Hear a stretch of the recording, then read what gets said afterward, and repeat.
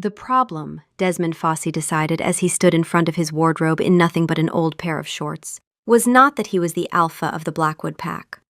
The problem was not that he had 160 wolves who depended on him for leadership, stability, and the occasional strongly worded letter to the county planning office about zoning violations. The problem was that he owned, according to the last count Marcus had conducted with the pained precision of a man cataloging war crimes, 37 shirts, and he could not find a single one.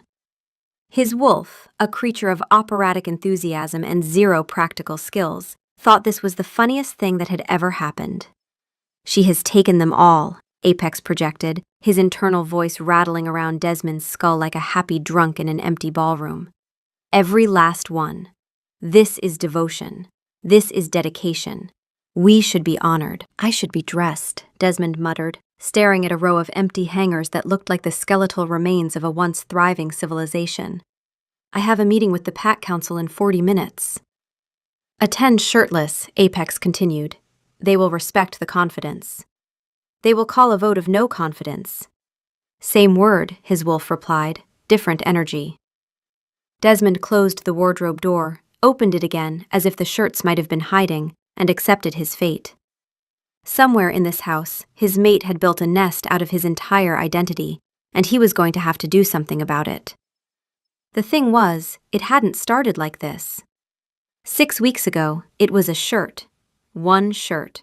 His old gray Henley, the one with the frayed cuffs that he wore on Sundays when the pack house was quiet and there was nothing to do but read by the fire and let Bee lean against his shoulder. He'd looked for it, couldn't find it, and assumed it had been eaten by the dryer. The dryer in the Blackwood pack house was a malevolent appliance that had been devouring socks since 2014 and had recently graduated to larger prey. Then it was the flannel, the dark green one that smelled like pine sap because he'd worn it to chop wood the previous weekend. Then the cable knit sweater his mother had made him, the one with the slightly lopsided collar that he loved precisely because it was lopsided. Then his work jacket, his spare hoodie, 2 more flannels, a thermal, and his good Henley, the one without the frayed cuffs, the one he wore when he wanted to look like he hadn't just rolled out of the woods, which, to be fair, he usually had. Marcus Thorne, his beta, had started tracking the disappearances on a spreadsheet. "We're averaging 2.3 garments per week," Marcus had reported yesterday, standing in Desmond's office with the quiet gravity of a man delivering a terminal diagnosis. "At this rate, you'll be functionally shirtless by mid-October." "Thank you, Marcus. I've taken the liberty of ordering replacements, 3 Henleys, 2 flannels, 1 thermal. They should arrive Thursday." "She'll take those too." Marcus had paused, his pen hovering over his clipboard. "Then we have a systemic problem, sir." They did, and Desmond knew it. He'd known it for weeks, in the way you know something is wrong when you can't quite look at it directly. The way you know the roof is leaking because the ceiling is sagging, but you keep putting a bucket under it instead of climbing up to fix the hole.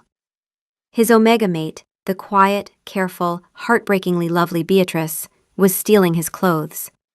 And he didn't know how to talk to her about it without breaking something fragile. He pulled on the only shirt he could find, an ancient, paint-stained undershirt from the back of a drawer that had survived only because it smelled more like turpentine than like him, and headed downstairs.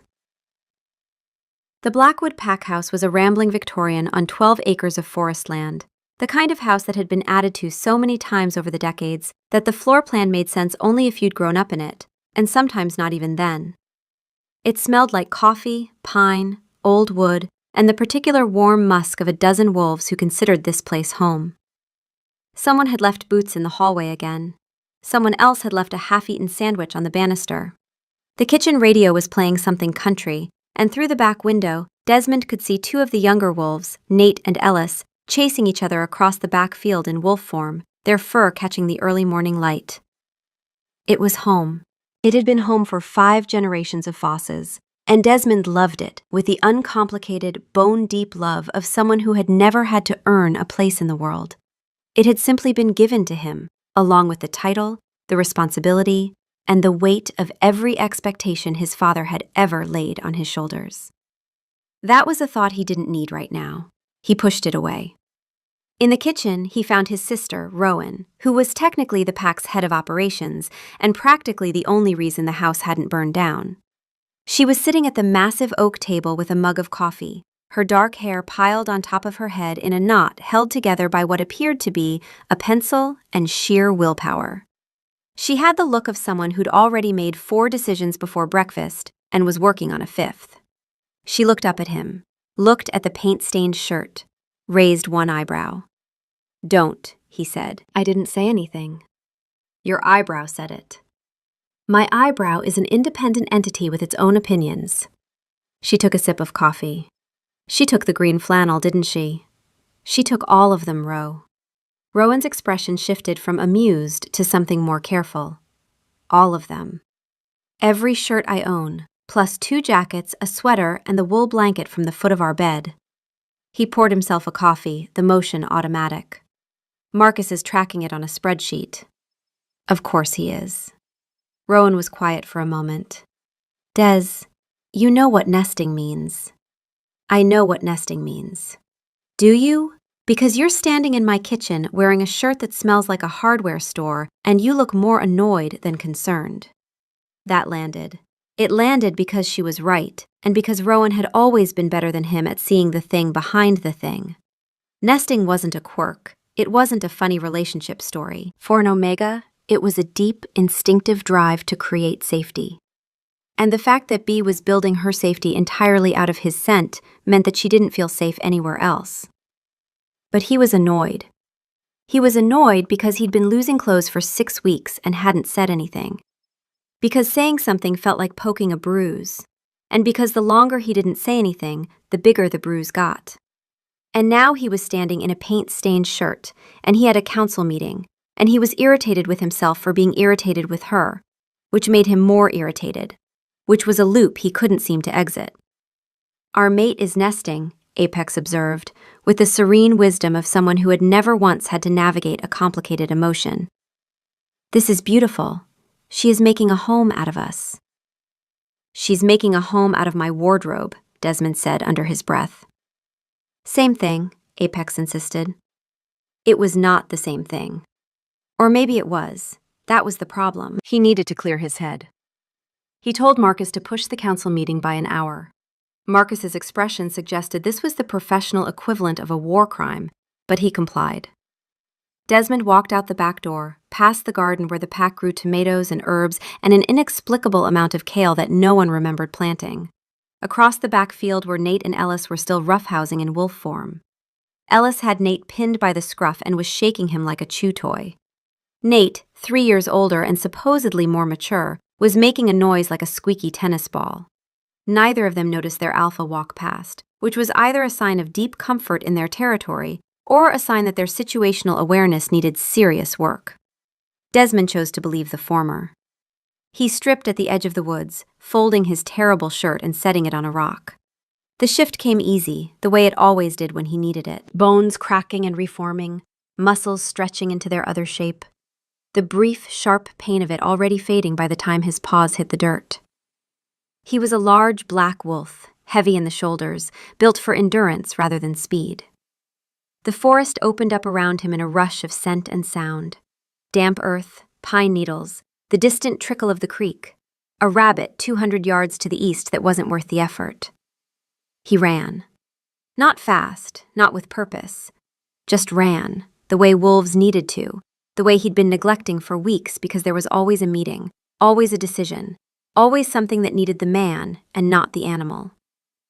The ground was soft under his paws. The air was cold and clean. His thoughts, so knotted in human form, loosened into something simpler. Instinct. Territory. The steady rhythm of his own heartbeat. Somewhere in the middle of the run, he passed through a patch of wild chamomile, and the scent hit him so hard he stumbled. Bee. It smelled like bee. And just like that, the peace was gone, replaced by the ache of a problem he didn't know how to solve. He slowed, then stopped, standing in a clearing with the morning light filtering through the canopy, breathing in the ghost of her scent and feeling the distance between them like a physical thing. He shifted back, the cold air raising goose flesh on his bare skin. He sat on a fallen log, bare-skinned and human, and no closer to an answer than when he'd started. The run had done what runs always did, burned off the surface tension, but the thing underneath was still there, waiting. He dressed and walked back to the house.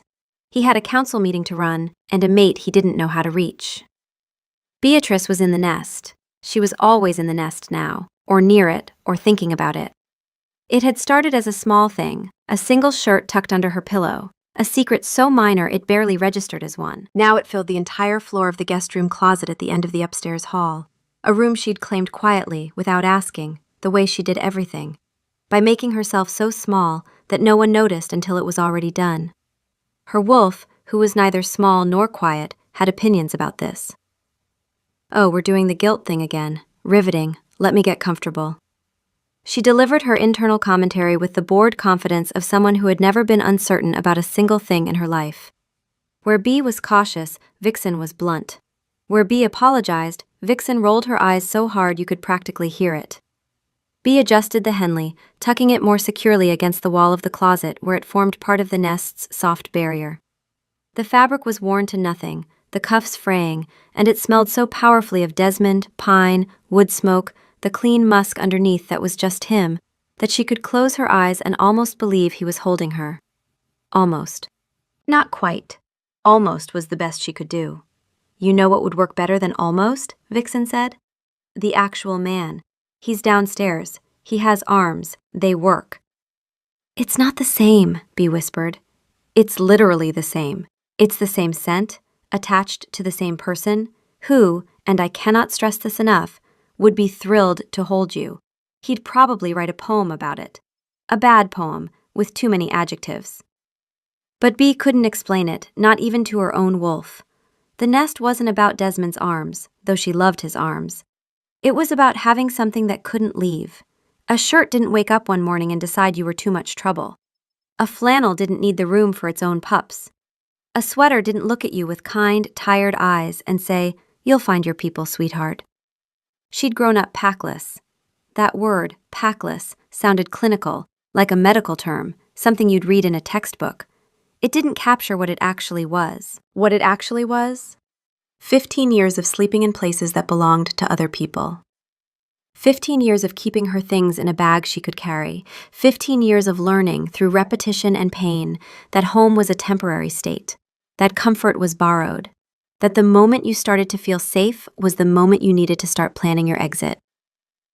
Her parents had been Omega healers, gentle people who'd chosen independence over pack life. They'd been killed by rogues when she was 7. She remembered her mother's hands, always warm. She remembered the sound of her father singing off-key while he cooked.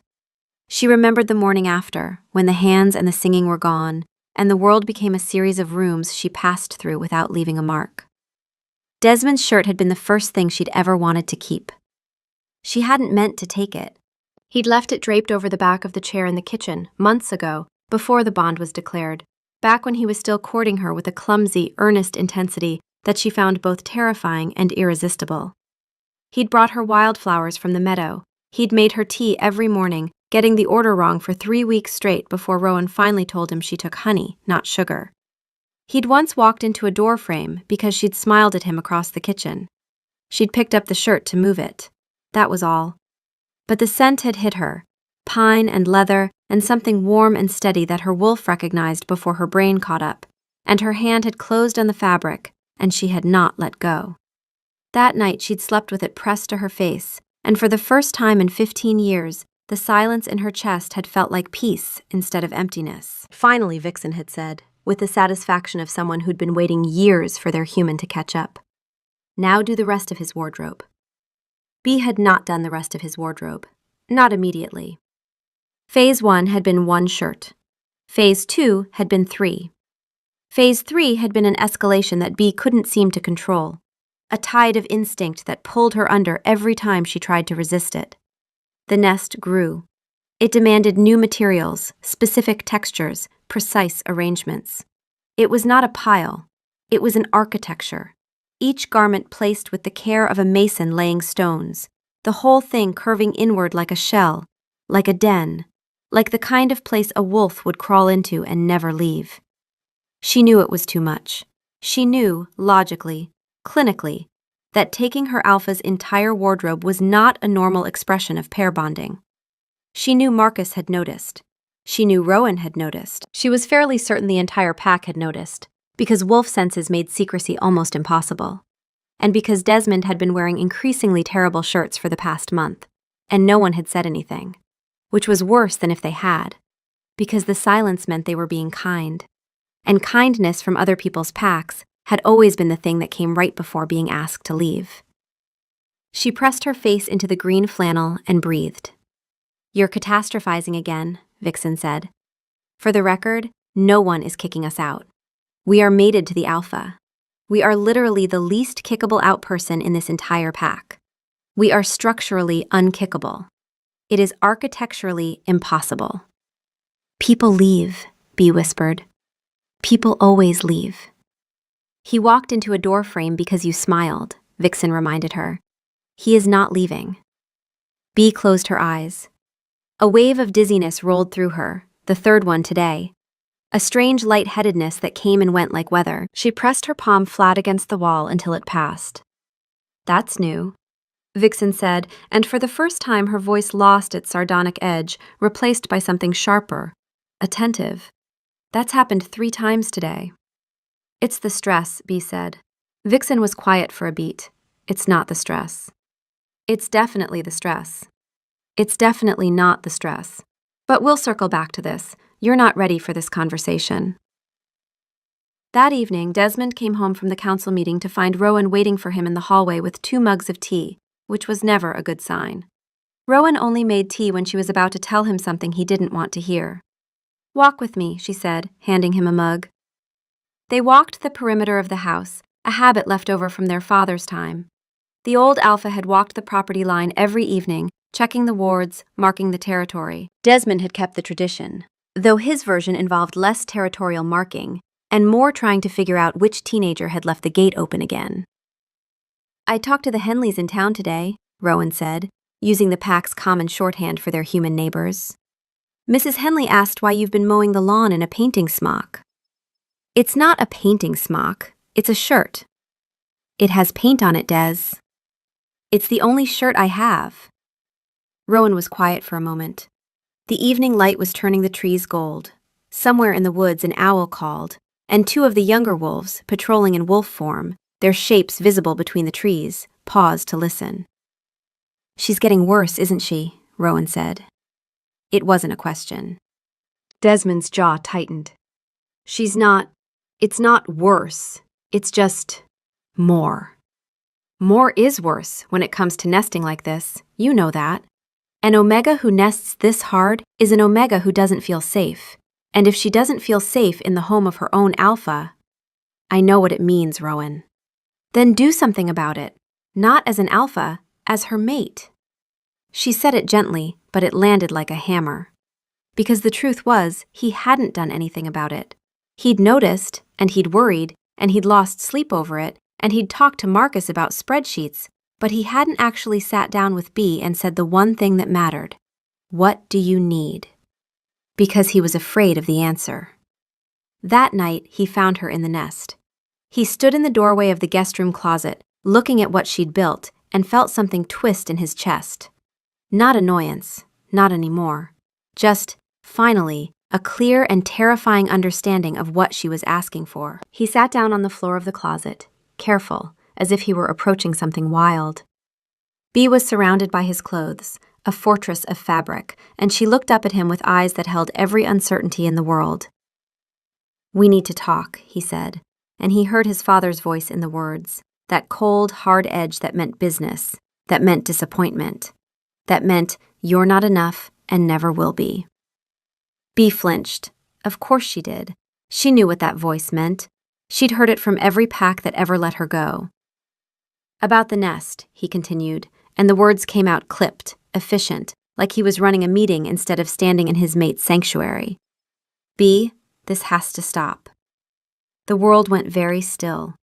In the back of her mind, Vixen erupted. No, absolutely not. We are not apologizing. We are not folding up our home and handing it over because he's having a feelings tantrum. Tell him to go buy more shirts. Tell him to... But Bee wasn't listening. Bee had gone to the place she always went when someone told her she was too much. the small, cold, survivable place inside herself where nothing could reach her. It was the apology that undid Desmond, not because it was wrong, but because it was too fast, too practiced, too much like a woman who had spent her whole life apologizing for taking up space. She wasn't hearing him. She was hearing every alpha who had ever told her she was too much trouble to keep. "Stop talking," Apex said, and for once, his voice wasn't a shout. It was an urgent, desperate whisper. "Stop talking right now." But the damage was done.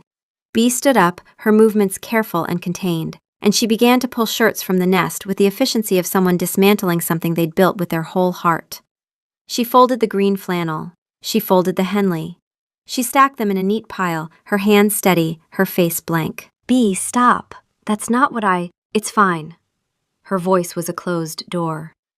"You need your clothes. I understand."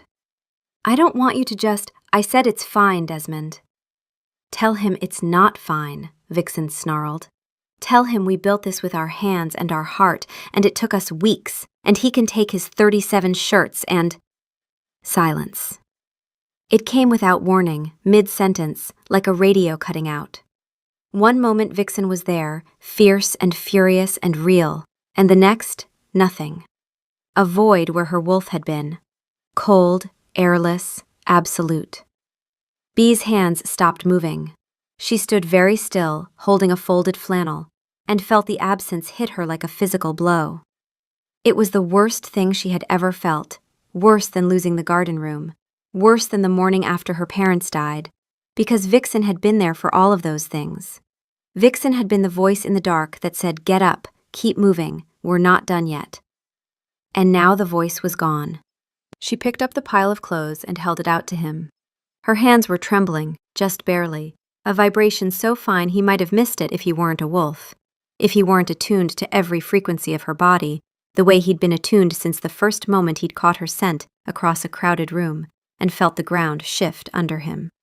He took the clothes. He didn't know what else to do. She was offering them and refusing to look at him, and the air between them smelled like salt and shame and something breaking.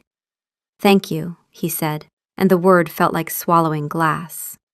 She nodded once, a sharp little motion, and walked past him out of the room. He heard her footsteps on the stairs, quiet and quick, and then the back door opening and closing. He stood in the guest room, holding a pile of his own shirts, and felt the bond between them, usually a warm, steady hum, go thin and cold, like a wire stretched to its breaking point. From across the house, through the bond, he felt her shift, the crack of bones reforming, the brief spike of pain, and then the lighter, faster rhythm of her wolf's heartbeat, moving away from the house, into the trees. She was running, alone, in the middle of the afternoon, when she almost never shifted, when she usually stayed close to the house and the library and the quiet corners where she felt invisible. B. Silence. Not the comfortable silence of a wolf at rest, but a cold, airless void. No Vixen. No sarcasm, no eye roll, no dry commentary about how everyone was being ridiculous. Just nothing. The silence from her wolf was the most terrifying sound he had ever heard. The silence lasted 3 hours. 3 hours during which Desmond sat on the floor of their bedroom, the pile of returned shirts beside him, and felt the absence of her wolf like a missing limb. He'd sent Rowan and 2 others to track her scent, not to chase her, just to make sure she was safe. Rowan had texted back. "Found her by the creek, wolf form, not moving much. She's okay physically. I'm keeping my distance." Physically. The word that meant everything else was not okay. He should have gone to her. Part of him wanted to, but Rowan had added, "Give her space, Des. She needs to come back on her own terms." Rowan was right. Rowan was always right. It was deeply annoying. "We could bring her a shirt," Apex offered, tentatively, as though approaching a problem he knew he wasn't qualified to solve. As a peace offering. Wolves understand gifts. We could leave it by the creek and retreat, like a wildlife documentary. The alpha male approaches cautiously, carrying a Henley. "That's not how this works." "It is exactly how it works in nature," Apex countered. The male presents an offering, the female assesses the offering. If the offering is acceptable, mating continues. We have an excellent Henley, the one with the frayed cuffs. It has a very high scent rating. Please stop narrating our relationship like a David Attenborough special. The narration is soothing and factually accurate, Apex said. Despite everything, despite the sick feeling in his gut and the cold emptiness where B's wolf should have been, Desmond almost smiled. His wolf was an idiot. But even idiots could see what mattered, and what mattered was that he was sitting here counting shirts while his mate was curled up by a creek, alone, because he'd made her feel like a problem to be solved. So he did the thing he should have done 6 weeks ago. He went to the guest room, opened the closet door, and looked, really looked, at what she'd built. The nest was half dismantled now, the shirts she'd returned leaving gaps like missing teeth. But the structure was still visible, still legible, and what he saw made his chest crack open. It was not a pile. It was not a mess, not a hoard, not the symptom of something broken. It was a home. She had woven his clothes into a circular structure, layered and deliberate. The heavier garments, his work jacket, the wool blanket, forming the outer walls. The softer things, the Henley, the worn flannels, lining the interior. Every piece was placed with its scent facing inward, so that the center of the nest was a concentrated, enclosed space that smelled overwhelmingly of him. Of safety. Of the thing she'd been looking for her entire life. He reached out and touched the sleeve of his mother's cable-knit sweater, the one with a lopsided collar. B had placed it at the very center, the innermost layer, the heart of the structure. It was the piece that smelled most like him, because he'd worn it 100 times, because his mother had made it with her own hands, because it was the garment in his wardrobe that meant home. She'd known. She'd known which one mattered most, and she'd put it at the center, because she understood something about home that he, who had always had one, had never had to learn. That home is not a place. It's a scent. It's a texture. It's the specific weight of a sweater made by someone who loved you, and the knowledge that you are allowed to stay. She built a den. Apex whispered, and his voice was not a shout, not a boom, not all-caps bravado. It was small and odd and grieving. For us. She made us a home, and we told her to give it back. The shame hit him like a wall. Not the hot, defensive shame of being caught out, but the cold, clarifying shame of understanding, too late, that you have been the worst version of yourself. He had been annoyed. He had been counting shirts. He had been inconvenienced by the surface of a wound so deep she couldn't even name it. And instead of kneeling down and asking what she needed, he had demanded she return the evidence of her pain in a neat pile. He sat down on the floor of the closet, surrounded by the architecture of her loneliness. And he understood. Her wound was displacement, the bone-deep knowledge that she would always be asked to leave, that her presence was always temporary, that home was something other people had and she was allowed to visit. She built the nest because she couldn't say the words, "I am afraid this isn't mine. I am afraid you will realize I don't belong here. I am afraid that one day you will ask me to go, and I will have nothing to take with me that smells like staying." And his wound, the one he carried so close it had become invisible to him, was inadequacy. The terror that he wasn't enough. Not strong enough to lead the pack, not wise enough to fill his father's shoes, not good enough to be the mate she deserved.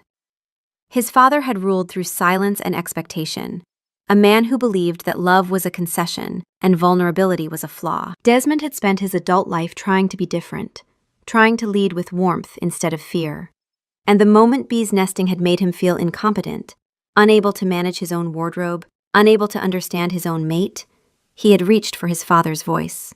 The cold one, the hard one, the one that said, "This isn't normal," when what it meant was, "I don't know how to help you, and that terrifies me." They were mirrors. She hoarded things to feel safe. He pulled away to feel strong. She built walls of fabric. He built walls of competence. Both of them were just trying to survive wounds they'd never shown each other. He stayed in the closet for a long time. He didn't touch the nest, didn't move anything, didn't try to rebuild what she'd started to dismantle. That wasn't his to do. But he reached into the pile of returned shirts beside him, took the green flannel, the one she'd taken first, the one that had started it all, and placed it back in the center of the nest next to the sweater. A beginning, a wordless apology, a promise that he would do better. She came home at dusk. He heard the back door open, heard the pad of bare feet on the kitchen floor. She'd shifted back outside without clothes, which meant she hadn't been thinking about practical things, which meant she was still deep inside whatever the afternoon had broken open in her. He met her at the bottom of the stairs with a blanket and a mug of tea. No words, just the blanket around her shoulders and the tea in her hands, and his scent, his actual, present, here right now scent, close enough to breathe. She took the tea. Her hands were shaking. Her eyes were red but dry.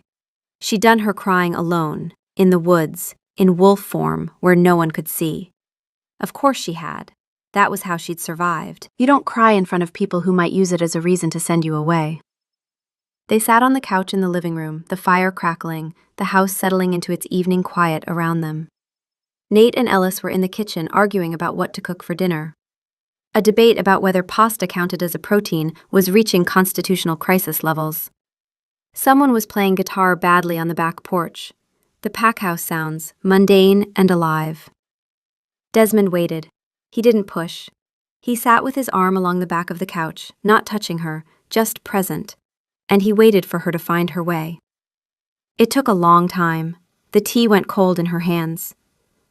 "I was 7, she said finally, and her voice was so quiet he had to lean closer to hear it. "When they died. I was 7, and I had a stuffed rabbit named Captain and a blue coat with buttons shaped like anchors. Those were my things. That was everything I owned that mattered." She paused, took a breath. "The first pack that took me in, I lived with them for 8 months. They were kind. They gave me a room with a window that looked out on a garden. I started to think," her voice caught. "I started to think it was mine, the room, that I could stay." She was quiet again. The fire popped. "They sent me away when their own pups came. Not cruelly, they just needed the room. They packed my bag for me, and they put Captain in it, and they said, 'You'll find your people, sweetheart.' And I never saw the garden again." Desmond's throat was so tight he could barely breathe. "There was one place, I was 14, where the alpha's mate used to brush my hair at night. She had this old silver brush, and she'd hum while she did it. I used to pretend she was my mother." Bee's hands tightened on the cold mug. "They moved territories after a dispute. When they packed, I think they just forgot. I woke up and the house was empty. The brush was still on the bathroom counter. I took it with me. I still have it." She said it like a confession, like admitting to a crime. "After that, I stopped pretending. You don't unpack if you're not staying. You don't hang things on the walls. You don't," she closed her eyes. "You don't nest. Because nesting means you think it's yours, and it isn't. It never is." The silence stretched between them, but it was a different silence now, not cold, just raw. "When I came here," she whispered, "when you brought me here, and you said, 'This is your home,' I didn't believe you.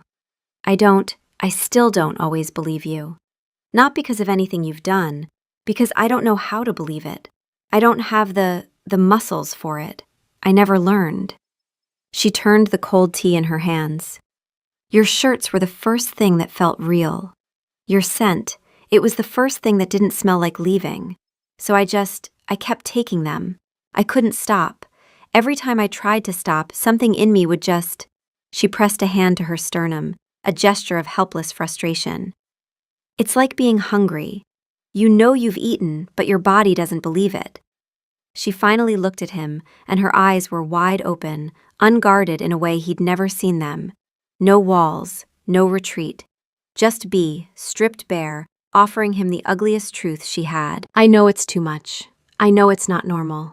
I know Don't say it." His voice came out rough, wrecked. "Don't you dare say what I think you're going to say." "I'm a lot," she finished quietly. "I know I'm a lot. And I'm sorry." He reached out and took her face in his hands, gently, the way you'd hold something infinitely precious and infinitely fragile. "Beatrice, listen to me. You are not a lot. You are not too much. You are not a burden or a problem or a guest in this house. She started to pull away. He held her. I am the one who is sorry. I stood in that room and I counted my shirts while you were building a home. I heard my father's voice come out of my mouth, and I let it because I was frustrated, and frustrated was easier than scared. Her brow creased. Scared? Scared, he repeated. Because I don't know how to make you feel safe. Because I've been trying for months and you're still sleeping in a closet wrapped in my clothes, because that feels more like home than I do. And that, his voice broke, just a crack, just enough to let the truth through. That terrifies me, B. The idea that I'm not enough. Something shifted in her face. A recognition. A mirror. You are, she said, and her voice was suddenly fierce, suddenly the strongest he'd ever heard it. You are enough. You are the first person who ever, Desmond. You are the only thing that makes me feel safe. That's why I take your shirts. Not because you're not enough, because you're everything, and I'm terrified of losing you.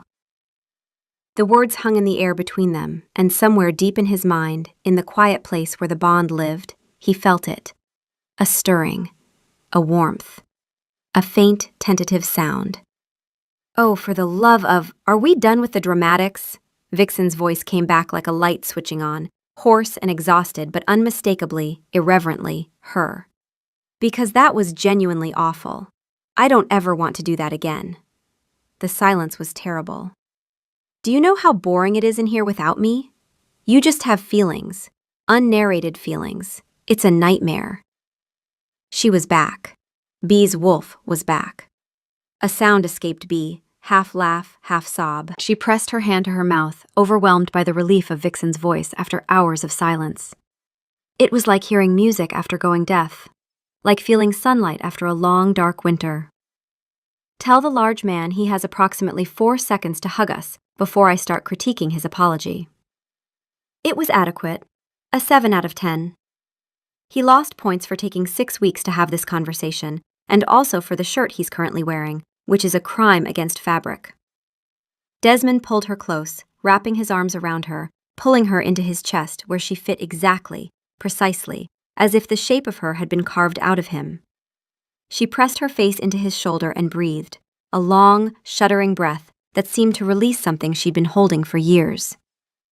We have her, Apex said, and his voice was not a shout, it was a vow. We will not let go.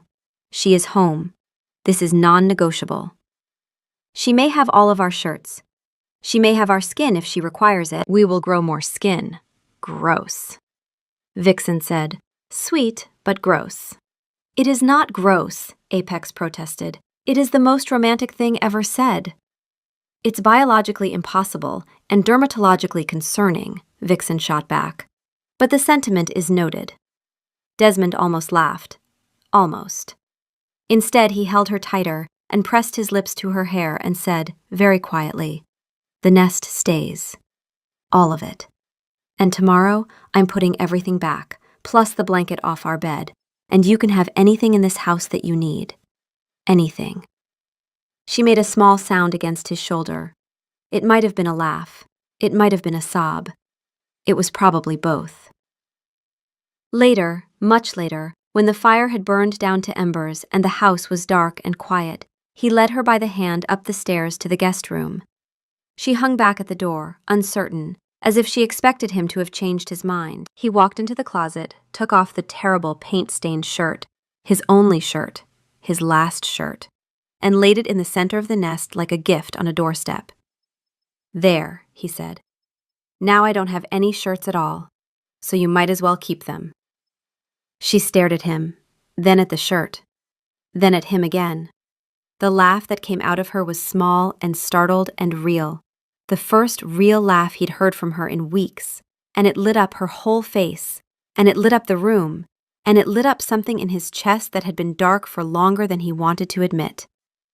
Come, Apex said, not to Desmond, but to B, his thought voice carrying through the bond with a gentleness that would have been unrecognizable to anyone who knew the wolf only as a bombastic idiot. Come into the den. It is ours.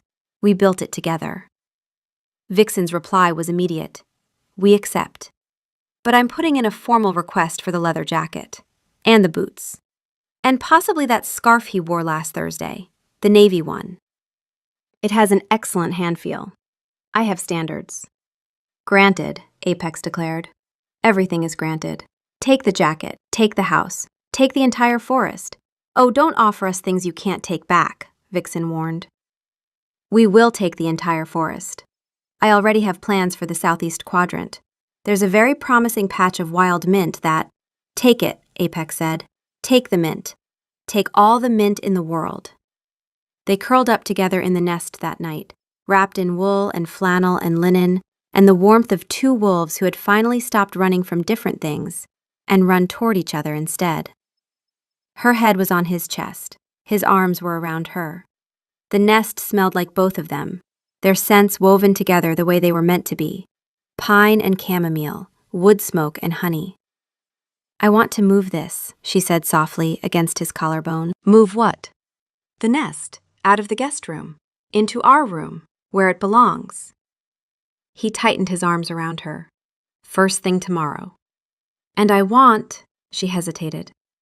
I want to unpack my bag. He went very still. She'd kept a packed bag under the bed since the day she'd moved in. He knew about it. He'd never mentioned it. It was the saddest thing he'd ever seen. I'd like that, he said, his voice thick. It might take me a while, to really believe I'm staying. I'm not going anywhere, Bee. Take all the time you need. She was quiet for a long time, and he thought she'd fallen asleep. Then, very softly, I think there might be something else. Something else? With the nesting. I've been dizzy and tired, and the nesting has been more lately. More urgent, more instinctive, like I can't think around it. She paused. My wolf has been weird about it, quiet, which is not a thing she does.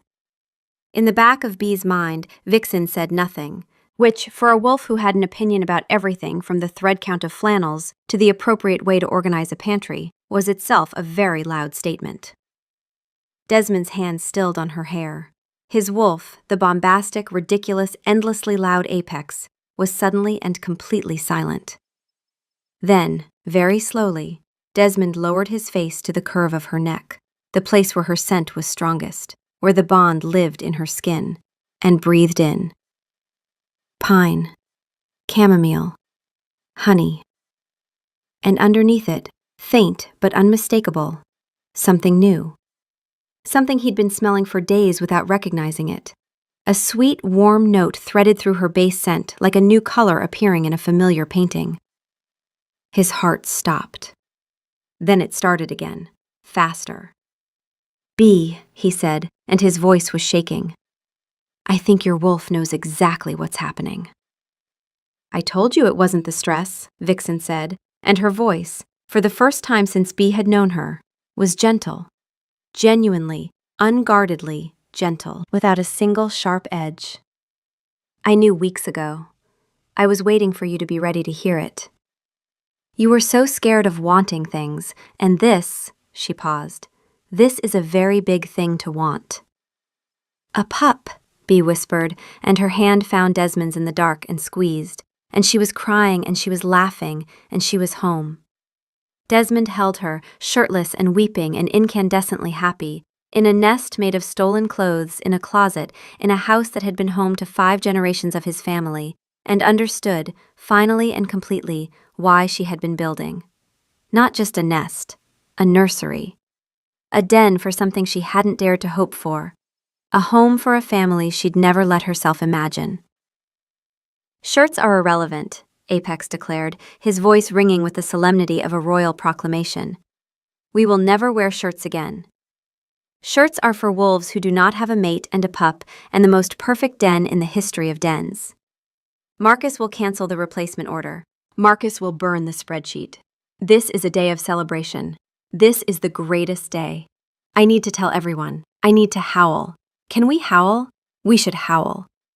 We are not howling at midnight, Desmond said, but he was smiling so hard his face hurt. We are absolutely howling at midnight, Vixen said, and for the second time her voice was warm, without armor. Our pack should know. We built something. It should be heard. They howled. The whole house woke up.